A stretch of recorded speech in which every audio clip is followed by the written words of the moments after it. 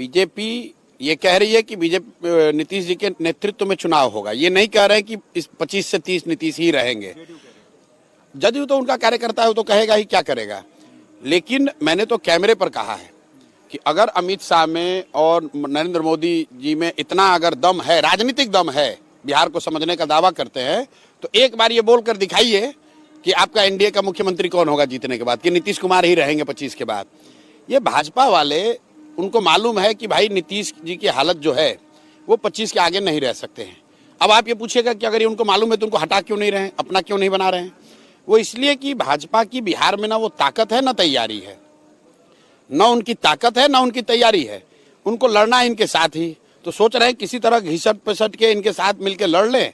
और उनका अपना आकलन है कि अगर हमको बहुमत मिल जाए कोalition को, तो नीतीश को हटाकर हम लोग अपना कोई बना लेंगे। जेडीयू को कितनी सीटें आप दे रहे हैं? इससे पहले भी आपने कई बार आकलन किया। नहीं, मैं अपना आकलन, जो लोग मेरे को पिछले 5-10 साल में फॉलो किए हैं उनको मालूम है, मैं आकलन एक बार करता हूँ फिर बदलता नहीं हूँ रोज।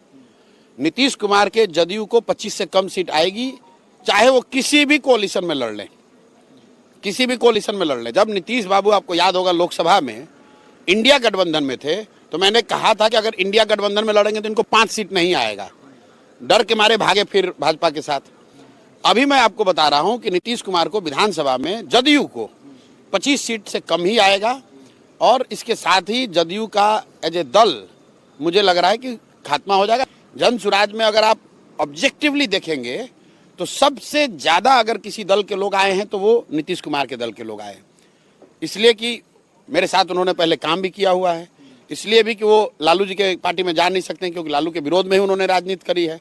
और भाजपा में वो जाना नहीं चाहते हैं क्योंकि भाजपा के साथ कोalition में रहते हुए भी अगर वो जदयू में थे तो इसका मतलब कि वो भाजपा के विचारधारा से